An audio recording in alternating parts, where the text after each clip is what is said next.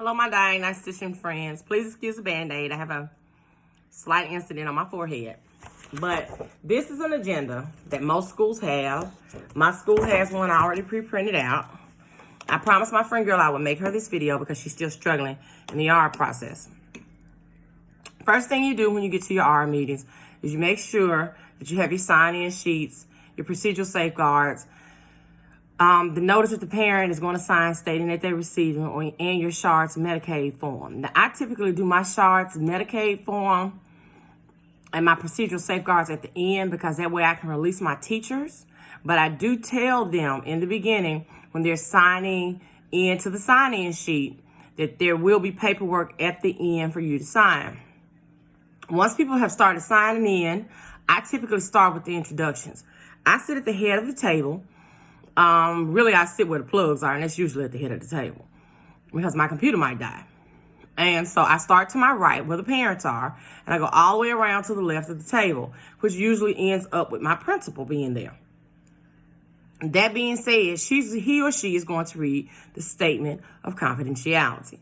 Once they read the statement of confidentiality, you're going to tell what your purpose is for your meeting today, whether it's a review, whether you're completing testing for an FIE, or an annual ARD, amendment, MDR, whatever the case may be. Then from there, if there's any reads to be done or new testing data or whatever, you're going to do that. If you don't need a read, you go into telling them what's next. Like I said, I typically do my procedural safeguards and things like that at the end, only because there's paperwork to be signed, but I do notify them that you have paperwork to sign, which is the procedural safeguards. So they will know to wait around and not just jump up and run away. Next, your teachers are writing the goals, the objectives, the plot, the transition statement, the accommodations, all of that.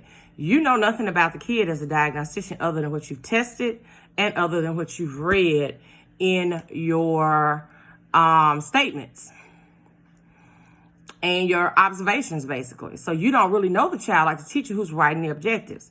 So it stands to reason that once we do all of that, I tell my teachers what we're going to do. All right, right now, Miss So-and-so or Mr. So-and-so, I'm going to allow you to read the plot statements, your goals and objectives, your proposed goals and objectives, the ones you're dismissing, so forth and so on. Now, if there's a speech person there, general ed teacher, I let the special ed teacher go first. Those goals should have gone home with the child before the ARD meeting so they could have read over them and brought them back and had any questions. Usually parents don't, especially if you're keeping up with your parents. And usually they don't. They may have a few questions about goals and objectives and why you're discontinuing them, but they don't. So once they do that piece, I'm following the signs in eSped. Once everybody has read their goals and objectives, I'm sitting there typing, taking the minutes because I'm facilitating the ARD. Don't forget, you're not really a voting member. You have to be there because districts are requiring us to. But in legal terms, we sign at the bottom as assessment. Only two people sign that they agree, and that's the parent and the assistant principal. Then there's a line for the general ed teacher to sign and the SPED teacher and everybody else. We're just extra people. So I'm sitting over there really facilitating the ARD, telling Miss So-and-so, okay, you're next. Asking the parents, do you have any questions for the teachers? Do you need anything, any additional explanations?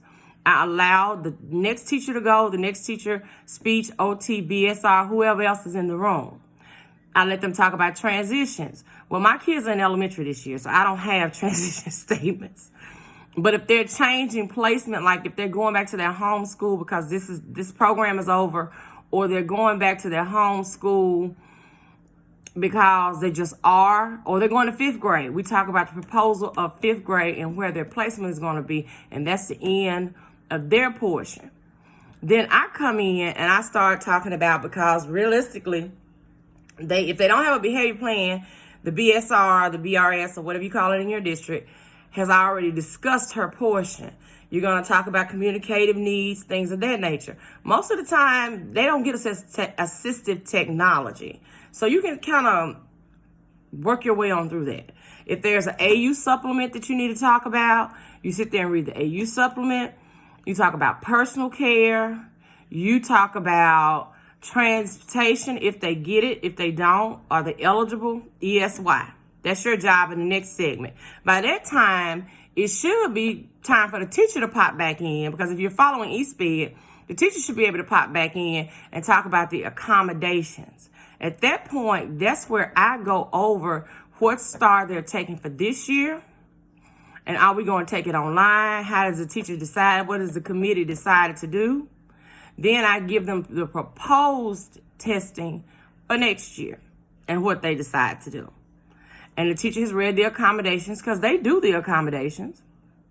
From there, we go on to schedule a services page, which means at my school, they get 360 minutes per day of elementary services. Then I go to that next page where it tells you what they get. If they get 45 minutes of resource or 30 minutes of resource, or are they in self-contained for this, that, and a third. Then you go over the district assessments, because that screen comes up. And I don't know in which order it may be, but I just try to follow the agenda. But the main piece of this is your teachers are going to do the goals, the objectives, the PLOF, the transitions, and the accommodations, because they wrote this for the children. While you're sitting there typing, you're not answering any questions. You're just typing because the teachers should have put these goals and objectives in. They should have already gone to the parents. Everybody should have already seen them. And they should also bring those progress reports to your meetings, because those go in your state file. Plus, the parents need a copy of that as well. And if they have any questions about how they're progressing with these goals, the teacher should be able to explain that, because you're not in that classroom teaching that. That's not something you do. You're the facilitator. You're telling them who goes next, typing the minutes, those type of things.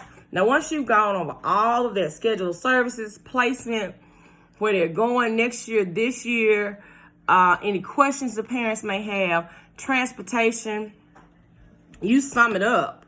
And you can reread the minutes if you want to. I try to read them as I'm going along, as I'm typing them, to tell them what we're talking about.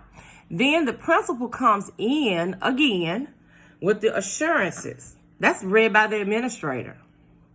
Once the administrator reads that, and I review the ARD minutes. Sometimes I don't have to review the ARD minutes because I'm typing as I'm going along. Then I'll stop and say, well, we're talking about Miss So-and-so saying that little Justin or whomever has met the goal for da-da-da-da-da. Don't forget, if you have a family that needs translations, you always offer them the audio copy so they can have it.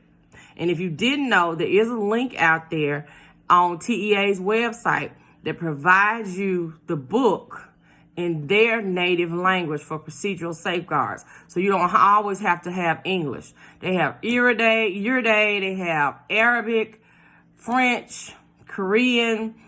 Everything is out there. You may not be able to read it, but you've given the parent their rights and responsibilities in their native language.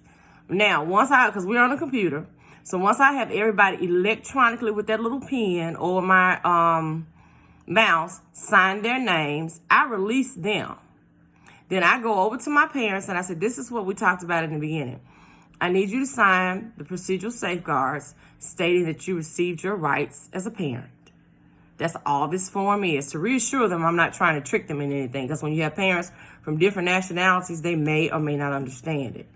Then I give them that Medicaid shards form. I explain to them that it's not going to affect their benefits in any way. If they receive Medicaid or have private insurance, it's not going to hurt them. But we do bill for things like personal care, prompting, cueing, escorting, feeding, changing, things of that nature to Medicaid.